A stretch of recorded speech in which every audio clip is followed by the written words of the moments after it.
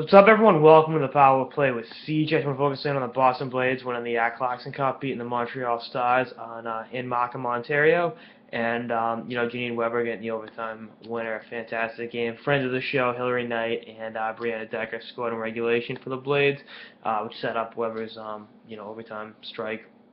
Obviously, a fantastic moment as someone who's followed the Blades this season and, really gotten a chance to meet and talk to a lot of the players. A fantastic organization.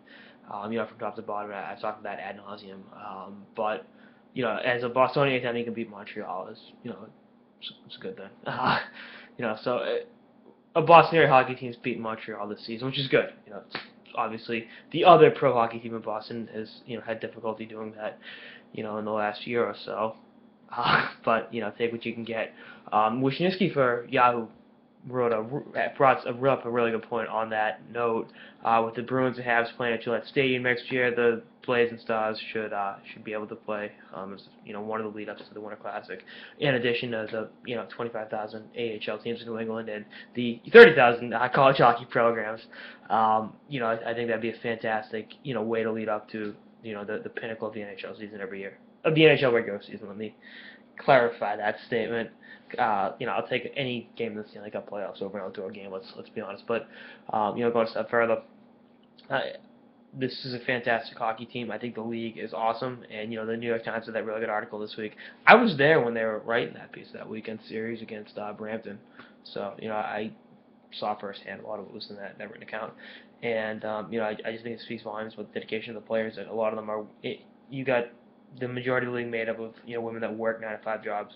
9 to 5, everyday jobs, and are still able to chase their dream and play hockey. And then you've got players like the aforementioned Hillary Knight, Brianna Decker, obviously Monique Lamoureux, Megan Duggan, Casey Bellamy, that are U.S. Olympians and really world-class players and playing in a hockey-crazed market and not getting any of the ink and the credit they deserve. It's I'll never forget when I first game I went to, text my friends when I'm watching Hillary Knight play, and they're like, "Would you just stumble into her play?" I'm like, no.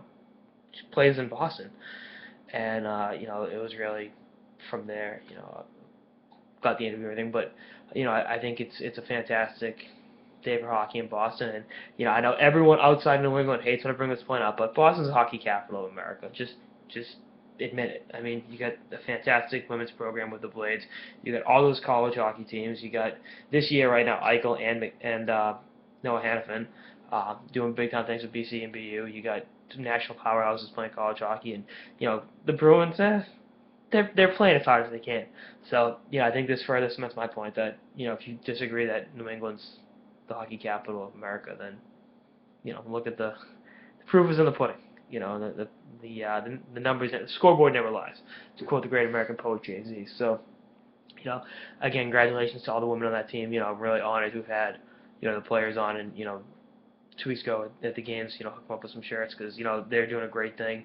They're really promoting the game. They're being great ambassadors of the game of hockey. And again, I can't reiterate how it's absurd how little credit they're getting for what they're doing. And I remember 13 months ago during the Olympics, everyone was all about women's hockey.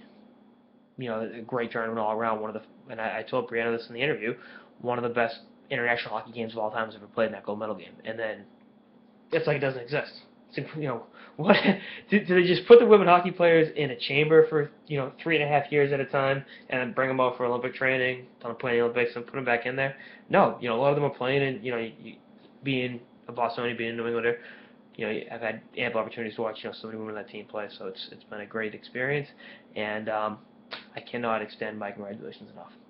Anyway, that's all I got this episode of the Power Play with CJ on the Boston Blades winning the Clarkson Cup, which, by the way, I picked the whole Clarkson Cup right. I picked the Blades going, beating Toronto. I called the Montreal over Calgary, and then I called Boston over Montreal in the championship game. Hopefully my March Madness bracket is just as accurate, because that wouldn't be too bad. Anyway, that's all I got this episode of the Power Play with CJ. Stay tuned for episodes of the season and beyond. Later, guys.